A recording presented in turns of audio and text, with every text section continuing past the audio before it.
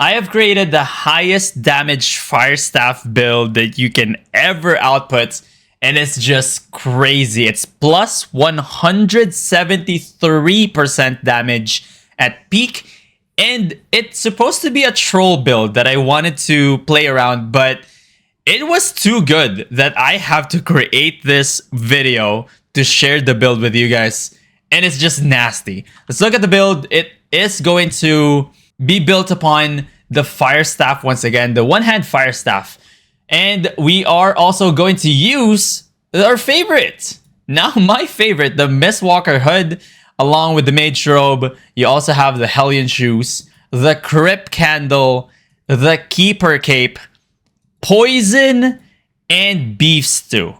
Let us go through each of these items to try to see how you can actually use this in battle. Okay, the build revolves around the fire staff and just building up on the damage with all of the other items that we are going to use. Now, on the fire staff, it is your typical Q3, which is the Searing Flame. It is the skill shot on the fire staff. You use, for this specific build, you mainly use W1 or W2. You are going to rarely use any other skills. W1 against range like arcanes, frost staffs, curse staffs, and even like light crossbows. Okay, the firewall with the Q3, you can use it against dual swords, battle axe, spears. You can use that as well. There is a situation though where you want to use Q1. So when you are using Q3, your passive is going to be passive 4. There are some fights where it's a tier 5 dual sword who just wants to run away. You want to switch to Q1, W1 passive 3. This is going to give you more of like a brawly playstyle where you can just spam your Q1. And with the third passive, with aggressive caster, you have increased cast times every 4 spell cast. And every 4 spell cast, with your increased cast time, you just basically rinse and repeat. You have a lot of Q abilities because this has literally 0 cooldown and only a cast time. You will rarely use the Fire Wave. The only time I actually use Fire Wave is when they have Cultist Robe, for this specific build at least. Cultist Robe, or for against like Bolt casters with their Death Climax, and you just cancel that. That is also a thing. But in general, those are the skills that you want to use. And of course, the star of the show is the Pyroblast, which is the Kamehameha. Alright, in like previous videos, this is how you actually quick cast your skill. Just in case you did not watch the other videos that I have for this one. So the way that you quick cast your skill is you click on your target, right? Press E and then move. Look at this. I'm moving right now. You see the circles. When you are in range, press E and move. That's how you quick cast. That is how you can take full advantage of your Pyroblast, especially when they have like high reflex. Now, let us look at the other parts of the build, which makes this super, super strong. Let's start with the Crypt Candle. The Crypt Candle has added physical and magical ability bonus, lowers your defenses, all right? So more damage, lesser defense. You are going to be a glass cannon with this one, but this is just insane. Plus 12% ability damage is just gnarly. And adding to the damages, the Mage Robe. Now, I could have used any Mage Robes or any robes here, but I wanted to go with the Mage Robe specifically because out of the 3, Scholar, Mage, and Cleric Robe, Mage actually has the highest additional physical damage, additional magical damage, and all that. Lower armor, similar to how our Crypt Candle is. Higher damage, it's plus 58. Plus 58 magical attack bonus, which is just insane. And you have your Purging Shield as well. Your Purging Shield increases your resistance by 82 for 4 seconds, but more importantly, it purges all of the buffs on your attacker when you take direct damage. So if they pop their Hunter Hood, if they use their Cleric Robe, Mercenary Jackets, anything that buffs them, use this, and if they attack you, they will be purged off of that. This is really effective against defensives because you are super, super squishy because of this. You are super strong. You have to purge defenses. especially reflex like Hunter Hoods, Inferno Shields, Frost Shields. If you can actually negate those, you are going to deal significant damage. All right. Now, moving on to more damage, we are going to look at the Hellion Shoes. This might be a new thing to everyone, especially those who have not watched my videos. And even to those who have watched my videos, this is probably the first time you've seen me use this shoes. This basically turns you invisible while channeling for 2 seconds. All right.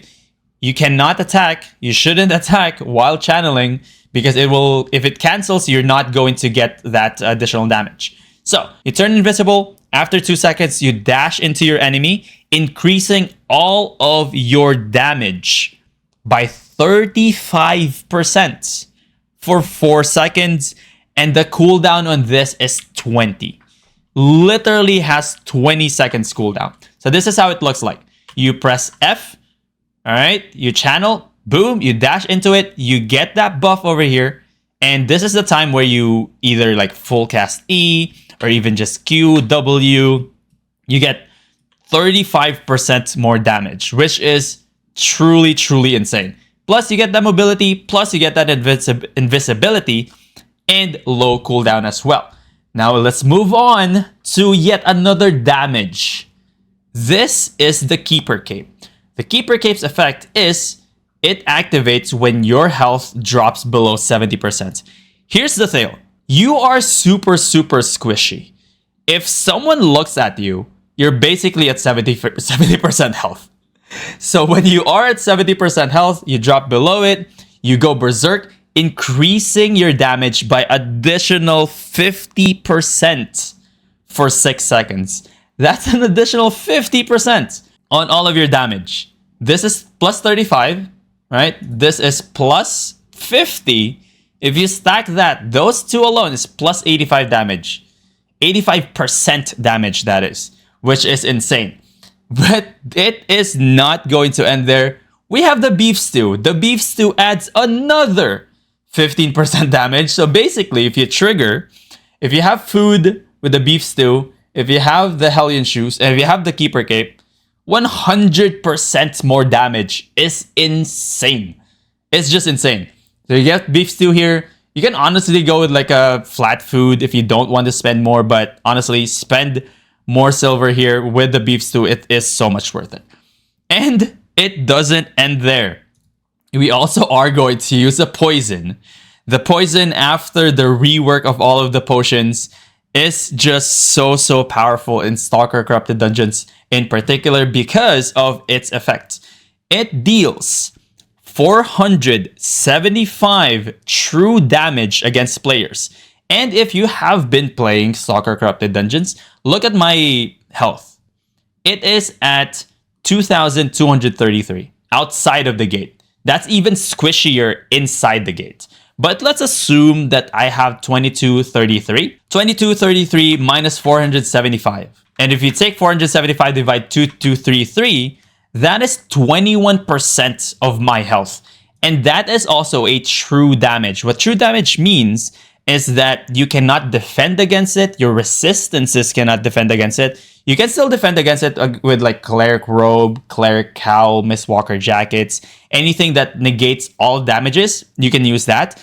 But any resistances like a Hunter Hood, maybe like a Frost Shield, Inferno Shield, that is not going to actually work.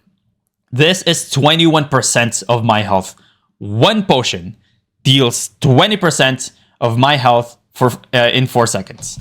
It's just insane. Now you're thinking, Burn, I get that this build is so strong, but like, if they touch me with any other skill, wouldn't I just die immediately? Good question, hypothetical person. This is where the Mistwalker Hood comes in, and this is honestly so amazing. It's incredibly cheap for what it does. 34k for a 4.2, it's basically nothing.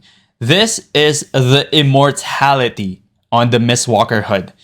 If you activate this, you become immortal, making it impossible to drop below 1 health becoming immune to enemy transformation effects, like the polymorph, and also consumes 2% of your max energy every 1 second. It can last up to 6 seconds, but can be deactivated earlier. Here's the deal with this specific item.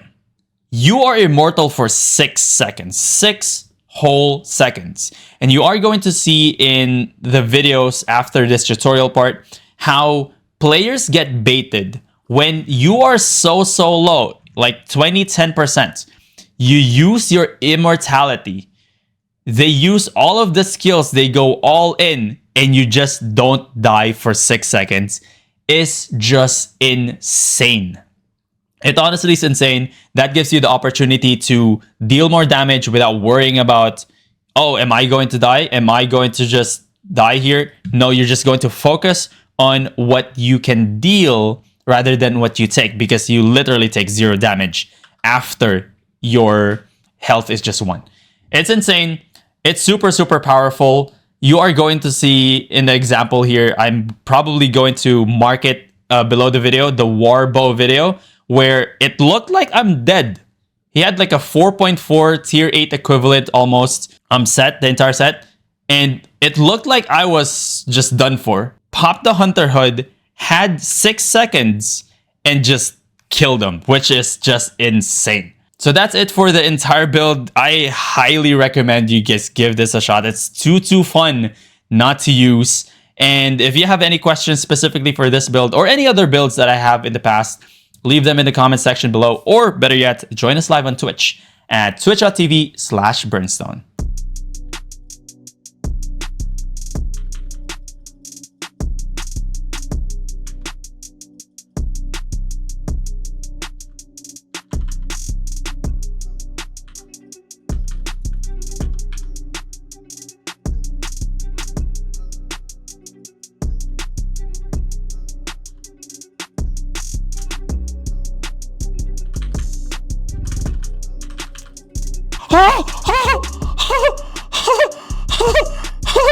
Oh, I trashed. Oh my god.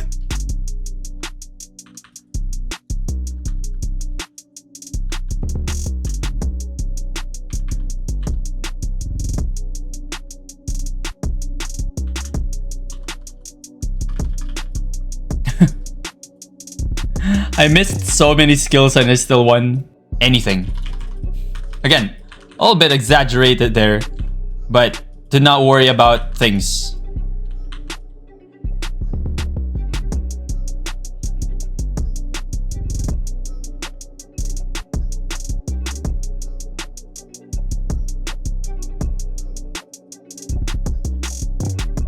Oh my gosh, this build is ridiculous, dude. GG. Yes, Gigantify potion.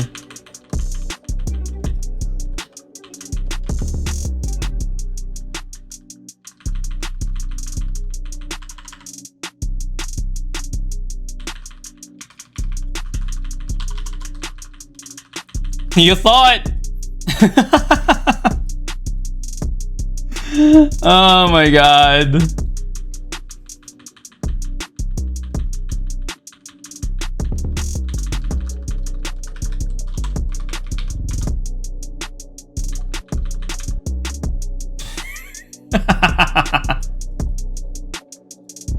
What the heck is this build, bro?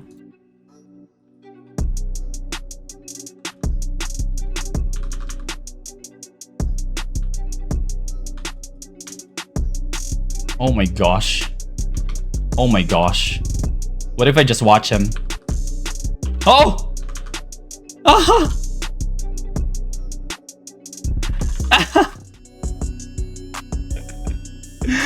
I got a little too confident there. I literally just stopped.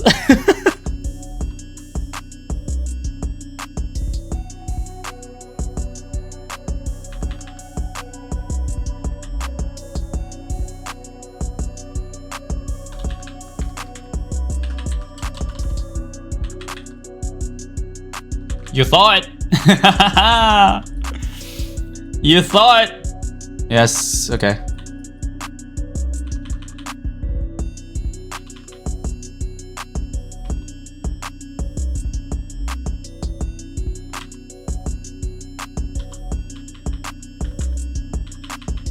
Wait, I didn't even use everything. Wait, wait.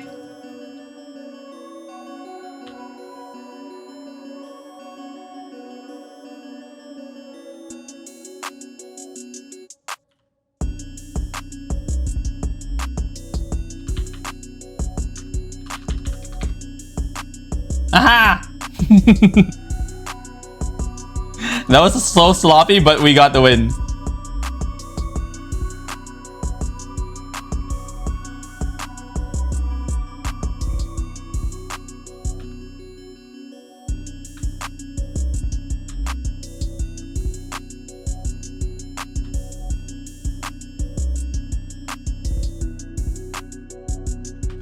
Shoot! Wow!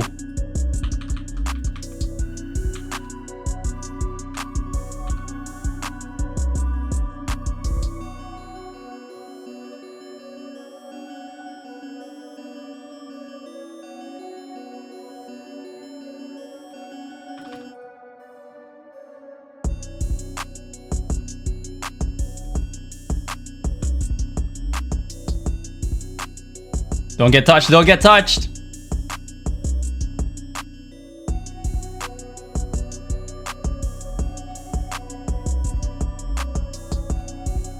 Let's go! Let's go! GG, sir! I'm still going to give it a shot.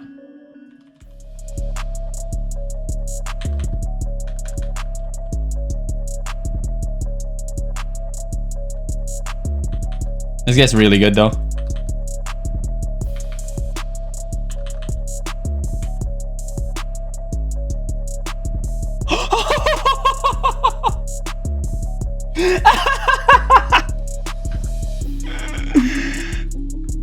Now what? What now? What now, Tyke? See, there you go.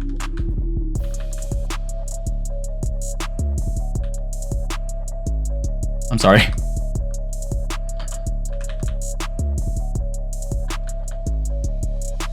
He survived? Oh no, I'm dead. I am dead. If he survived that. I used everything.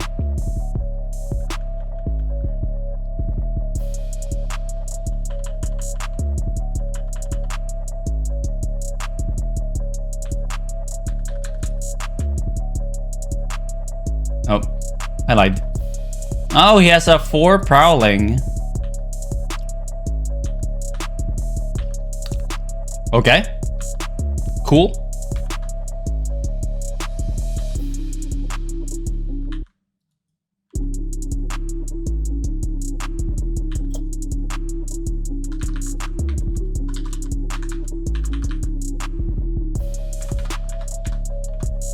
Oh my gosh.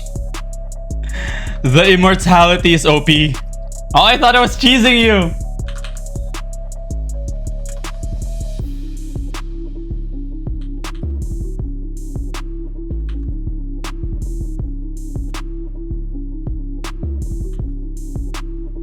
Oh my gosh.